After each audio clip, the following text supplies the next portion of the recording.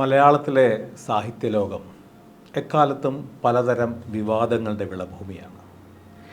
ഇപ്പോൾ സാഹിത്യ ചോരണം ഒരു പ്രധാനപ്പെട്ട തർക്ക വിഷയമായി കത്തിപ്പടരുന്നുണ്ട്. അതിനോടൊപ്പം തന്നെയാണ് മലയാള സാഹിത്യ കൃതികളിൽ ഏറെയും സമീപകാലത്ത് വന്നതേറെയും വിദൂരസ്ഥലികളിൽ കേരളത്തിന് പുറത്തോ ഇന്ത്യക്ക് പുറത്തോ ഉള്ള പശ്ചാത്തലവും അവിടുത്തെ ജീവിതവും അവിടുത്തെ സവിശേഷതകളുമൊക്കെ ചേർന്നതാണ് ഇപ്പോൾ ഇറങ്ങുന്ന പല കൃതികളും എന്നാണ്. അത് ഒരു നല്ല കാര്യമാണോ അതോ അത് സാഹിത്യത്തിന് തെറ്റായ ഒരു സന്ദേശമാണോ നൽകുന്നത്? അതിൽ ആത്മാർത്ഥതയില്ലാത്ത ഒരു പശ്ചാത്തല വിവരണത്തിൻ്റെയും ശില്പത്തിൻ്റെയും ഒക്കെ മാസ്മരികത കൊണ്ട് സാഹിത്യത്തിൻ്റെ യഥാർത്ഥ സൗന്ദര്യത്തിന് വാസ്തവത്തിൽ ഇല്ലാത്തവയാണോ കൃതികൾ? ഇതൊക്കെ പ്രധാനപ്പെട്ട ഒരു തർക്ക വിഷയമാണ്. നമ്മൾ ഇതിനകത്ത് ചർച്ച ചെയ്ത പോലെ ഈ 25 വർഷത്തെ ഏറ്റവും പ്രധാനപ്പെട്ട സാഹിത്യ കൃതികളിൽ ഏറെ ഈ സ്വഭാവമുള്ളതാണ്. കാലത്തിനും ദേശത്തിനും അതീതമായ ചില ഭൂമികകൾ, ചില ജീവിത അനുഭവങ്ങൾ, ഒരുപക്ഷെ പലതും പൂർണ്ണമായും അങ്ങനെ വിദേശ രാജ്യങ്ങളിലോ അല്ലെങ്കിൽ കേരളത്തിന് പുറത്തോ അല്ലെങ്കിൽ നൂറ്റാണ്ടുകൾക്ക് മുമ്പോ ഉള്ള കാലത്തിൻ്റെ പശ്ചാത്തലമുള്ളവയാണ്.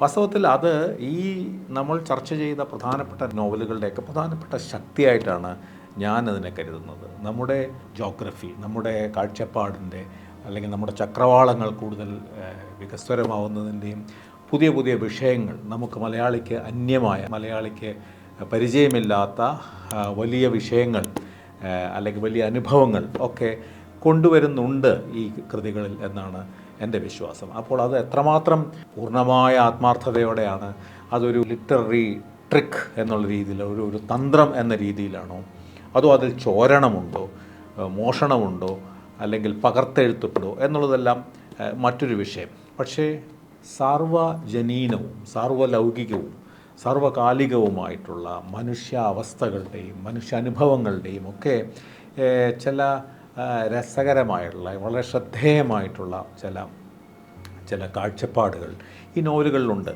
അത് പ്രധാനപ്പെട്ട പഴയ കാലത്തെ പൗരാണികമായ ക്ലാസിക്കുകൾ പോലും വായിച്ചാലും അതേതോ കാലത്ത് ഏതോ ദേശത്ത് നടന്നതാണെങ്കിലും ഇപ്പോഴും നമ്മുടെ സമകാലിക ജീവിതത്തിന് എത്രമാത്രം പ്രസക്തമാണെന്ന് തെളിയിക്കുന്നവയാണ്. അതുകൊണ്ട് തന്നെയാണ് അവ ക്ലാസിക്കുകൾ എന്നറിയപ്പെടുന്നത്. മലയാളത്തിൽ ഈ സമീപകാലത്ത് വന്ന പ്രധാനപ്പെട്ട കൃതികളിലേറെയും ഇങ്ങനെ ഒരു ഗുണമുണ്ട് എന്നാണ് കരുതുന്നത്. അപ്പോൾ അതിൻ്റെ വിമർശനങ്ങൾ നിലനിൽക്കെ തന്നെ അത് മലയാളിയുടെ ഭാവുകത്വത്തെ അല്ലെങ്കിൽ മലയാളിയുടെ സർഗ്ഗജീവിതത്തെ കൂടുതൽ വിശാലമാക്കുന്നുണ്ട്.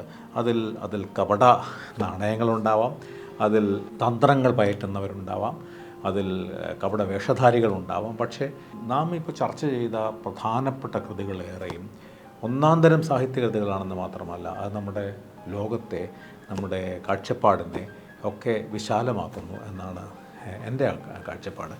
അങ്ങനെയുള്ള മറ്റൊരു കൃതിയാണ് ഇന്ന് നാം ചർച്ച ചെയ്യുന്ന തപോമയുടെ അച്ഛൻ.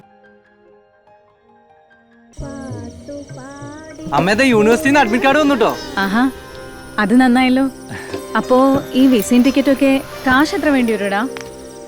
ഒരു 4-5 ലക്ഷം എന്തായാലും വേണ്ടി വരും. എത്ര ദിവസം കിട്ടും നമുക്ക്? 20-25 ദിവസം. അമ്മ ഞാനെന്താ മറുപടി അയക്കണ്ടേ? നീ ഓക്കെ പറഞ്ഞോ?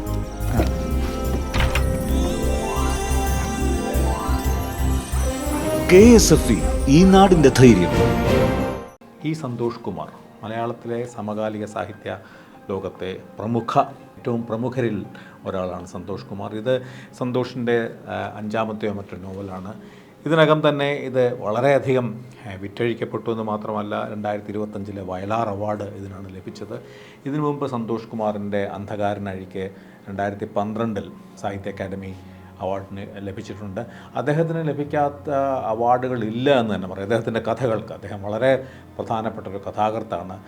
മലയാളത്തിലുള്ള മിക്കവാറുമുള്ള എല്ലാ അവാർഡുകളും, കഥയ്ക്കുള്ള അവാർഡുകളും അദ്ദേഹത്തിന് ലഭിച്ചു കഴിഞ്ഞിരിക്കുന്നു. ഇത് വളരെ അസാധാരണമായിട്ടുള്ള ഒരു നോവലാണ്. അടിസ്ഥാനപരമായി ഒരു അഭയാർത്ഥി ജീവിതത്തെയാണ്. ഇതും നേരത്തെ പറഞ്ഞ പോലെ കേരളത്തിൽ നടക്കുന്നതല്ല, മലയാളിയുടെ കാഴ്ചപ്പാടിലാണ്. മലയാളിയാണ് ഇതിൻ്റെ നറേറ്റർ. പക്ഷേ ഇത് പൂർണ്ണമായിട്ടും കിഴക്കൻ ബംഗാളിലും ഡൽഹിയിലുമായി നടക്കുന്ന ഒരു കഥയാണ്. മാത്രമല്ല അതും തലമുറകളുടെ കഥയാണ്. ഈ തലമുറകളിലൊക്കെ തുടർച്ചയായി നൂലോടി നിൽക്കുന്നത് ഒരു അഭയാർത്ഥി ജീവിതത്തിൻ്റെ അനിശ്ചിതത്വത്തിൻ്റെയും അപകടങ്ങളുടെയും ദുരന്തത്തിൻ്റെയും ദുഃഖത്തിൻ്റെയും കണ്ണീരിൻ്റെയും ഒക്കെ കഥയാണ്. കിഴക്കൻ ബംഗാളിൽ നിന്ന് പല കാലഘട്ടത്തിൽ നമ്മുടെ കിഴക്കൻ ബംഗാളിൻ്റെ സവിശേഷത അത് ഈ ജൂതരെ പറ്റി പറയുന്നത് പോലെ കിഴക്കൻ ബംഗാളികൾ ഒരു നൂറ്റാണ്ടിലേറെ കാലമായി പല തലമുറകളും അഭയാർത്ഥികളാവാൻ നിർബന്ധിതരായവരാണ്. പ്രകൃതി മൂലമാകാം, രാഷ്ട്രീയം മൂലമായും. പണ്ട് ബംഗാൾ വിഭജനത്തിൻ്റെ ഫലമായിട്ടുണ്ടായി, അതിനുശേഷം ഇന്ത്യ വിഭജനത്തിൻ്റെ കാലത്തുണ്ടായി, പിന്നീട് ബംഗ്ലാദേശ് യുദ്ധത്തിൻ്റെ കാലത്തുണ്ടായി. അതിനുശേഷം ബംഗ്ലാദേശിൽ നിന്നും ഇന്നും ഇന്ത്യയിലെ ബംഗാളിലെയും അല്ലെങ്കിൽ കിഴക്കൻ പ്രദേശങ്ങളിലെല്ലാം ഒരു പ്രധാനപ്പെട്ട രാഷ്ട്രീയ സാമൂഹ്യ പ്രശ്നം പോലുമാണ് ഈ അഭയാർത്ഥികളുടെ വരവും അഭയാർത്ഥി ജീവിതവും. അതിനെ രാഷ്ട്രീയമായും മതപരമായും അവരെ നശിപ്പിക്കാനും അവരെ എതിർക്കാനും തുനിയുന്ന ഒരു വിഭാഗം അത് ഇന്നുണ്ട്. ഇന്ന് ഹിന്ദുത്വ രാഷ്ട്രീയത്തിൻ്റെ പ്രതിനിധികൾ അതാണ് ചെയ്യുന്നതെങ്കിൽ പല കാലങ്ങളിലും ഇത് സംഭവിച്ചിട്ടുണ്ട്. ഇങ്ങനെ ഒരു നിലകിട്ടാത്ത സ്വന്തം വേരുകളിൽ നിന്ന് എടുത്തെറിയപ്പെടുന്ന മനുഷ്യരുടെ ജീവിതം, അനുഭവം, വികാരങ്ങൾ ഇതെല്ലാമാണ് ഈ പുസ്തകത്തിലും ഉള്ളത്.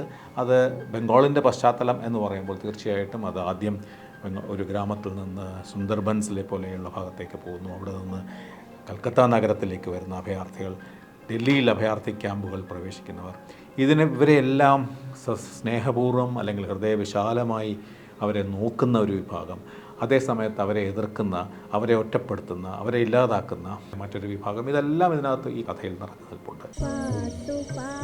അമ്മേടെ യൂണിവേഴ്സിറ്റിയിൽ നിന്ന് അഡ്മിറ്റ് കാർഡ് വന്നിട്ടോ? ആഹാ, അത് നന്നായല്ലോ. അപ്പോ ഈ വിസയും ടിക്കറ്റൊക്കെ കാശ് എത്ര വേണ്ടി വരുടാ? ഒരു 4-5 ലക്ഷം എന്തായാലും വേണ്ടി വരും. എത്ര ദിവസം കിട്ടും നമുക്ക്? 20-25 ദിവസം. അമ്മ ഞാനെന്താ മറുപടി അയക്കണ്ടേ? നീ ഓക്കെ പറഞ്ഞോ?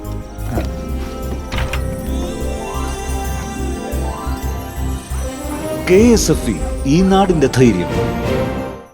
ഇതിനപ്പുറത്ത് ഈ കഥയുടെ മറ്റൊരു സവിശേഷത ഈ സൈന്ധവ ലിപി എന്ന് പറയുന്നത് വളരെ ഒരു നൂറ്റാണ്ടിലേറെയായി സൈന്ധവ നാഗരികതയുടെ ഇന്ത്യയിലെ 5000 വർഷം പഴക്കമുള്ള അതിഗംഭീരമായിട്ടുള്ള ആധുനിക നാഗരിക സംസ്കാരത്തിൻ്റെ ഉടമകളാണ് നാം. ഇന്ത്യയും പാകിസ്ഥാനും അടങ്ങുന്ന പ്രദേശത്താണ് ഈ സൈന്ധവ ഇൻഡസ് വാലി സിവിലൈസേഷൻ. അവിടെ നിന്ന് കിട്ടുന്ന വളരെ ആധുനികമായിട്ടുള്ള നഗരവൽകൃതമായിട്ടുള്ള ഒരു സംസ്കാരത്തിൻ്റെ അവശേഷിപ്പുകളാണ് അതുണ്ടായത്. അത് നമുക്ക് ലോകത്ത് തന്നെ നമ്മൾ എത്രയോ വർഷങ്ങൾക്ക് മുമ്പ്, എത്രയോ കാലങ്ങൾക്ക് മുമ്പ് തന്നെ ഇന്ത്യക്കും പാകിസ്ഥാൻ അടങ്ങുന്ന ഈ പ്രദേശത്തിന് ഇങ്ങനെ ഒരു പാരമ്പര്യം, ആധുനികതയുടെയും നഗരവൽക്കരണത്തിൻ്റെയൊക്കെ പാരമ്പര്യം. അപ്പോൾ അവിടെ നിന്ന് കിട്ടുന്ന മുദ്രകളിൽ പതിഞ്ഞിരിക്കുന്ന ഭാഷ കഴിഞ്ഞ 100 വർഷമായി ഇപ്പോഴും അത് കൃത്യമായി വായിക്കാൻ കഴിയാത്ത ഒരു നിഗൂഢതയായി ഇപ്പോഴും തുടരുന്നു. ഏറെക്കാലമായി വിദഗ്ധന്മാർ തലമുറകളായി അതിനെ ഡീകോഡ് ചെയ്യാൻ, അത് വായിച്ചെടുക്കാൻ ശ്രമിക്കുന്നുണ്ട്. ഇതുവരെ അത് വിജയിച്ചിട്ടില്ല എന്നുള്ളൊരു വലിയ സത്യമാണ്.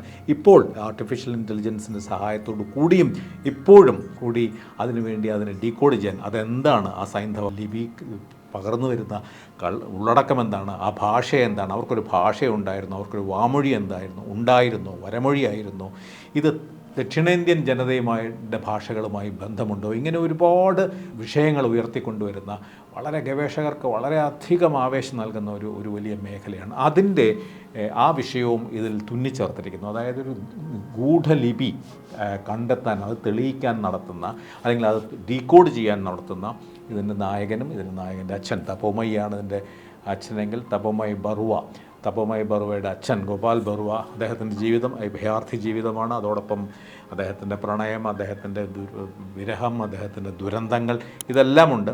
അപ്പോഴും അദ്ദേഹം തുടർച്ചയായി നടത്തിക്കൊണ്ടിരിക്കുന്നത് ഈ ഗൂഢലിപി, പ്രത്യേകിച്ച് സൈന്ധവ നാഗരികതയുടെ ഗൂഢലിപി അന്വേഷിച്ച് അതിനെ നിർദ്ധാരണം ചെയ്യാൻ, അതെന്താണെന്ന് മനസ്സിലാക്കാനുള്ള ശ്രമമാണ്. അത് ജീവിതത്തിൻ്റെ ഒരു ഗൂഢതയെ സൂചിപ്പിക്കുന്നതായിട്ടാണ്, അതിൻ്റെ ഒരു മെറ്റഫറായിട്ടാണ്, അതിൻ്റെ ഒരു സിമ്പലായിട്ട്, പ്രതീകമായിട്ടോ അല്ലെങ്കിൽ അതിൻ്റെ രൂപകമായിട്ടോ ആണ് സന്തോഷ് കുമാർ ഇതിൽ തുന്നിച്ചേർത്തിരിക്കുന്നതെന്നാണ് എനിക്ക് തോന്നുന്നത്. ഈ ജീവിതത്തിൻ്റെ വളരെ ദുരൂഹമായിട്ടുള്ള ശരിയേത്, തെറ്റേത്, നല്ലതേത്, കെട്ടതേത് എന്നൊക്കെ തെളിയിക്കാൻ വളരെയധികം പ്രയാസമുള്ള ആ ജീവിതത്തിൻ്റെ നിഗൂഢതകളിലേക്കുള്ള ഒരു മെറ്റഫറായിട്ടാണ് ഇത് ഉപയോഗിച്ചിരിക്കുന്നത് തോന്നുന്നു. ഇതിനെയൊക്കെ എല്ലാ അർത്ഥത്തിലും മലയാളിക്ക് അന്യമായിട്ടുള്ള, മലയാളിക്ക് പരിചയമില്ലാത്ത ഒരു ഭാവുക ലോകത്തെയും ഒരു പശ്ചാത്തലത്തിൻ്റെയും ഒരു ചരിത്രത്തെയും ഒക്കെ മലയാളിയുടെ സാഹിത്യ രംഗത്തേക്ക്, മലയാളിയുടെ സർഗാത്മക ജീവിതത്തിലേക്ക് കൊണ്ടുവന്ന ഈ സന്തോഷ് കുമാർ, ഈ പുസ്തകം സന്തോഷ് കുമാറിൻ്റെ ഏറ്റവും മികച്ച ഒരു പുസ്തകമാണ്. മലയാളത്തിൽ സമീപകാലത്ത് ഇറങ്ങിയ ഏറ്റവും നല്ല പുസ്തകങ്ങളിൽ ഒന്നാണെന്ന് പറയാൻ യാതൊരു സംശയവുമില്ല എന്നും ഉറപ്പിച്ചു പറയാം.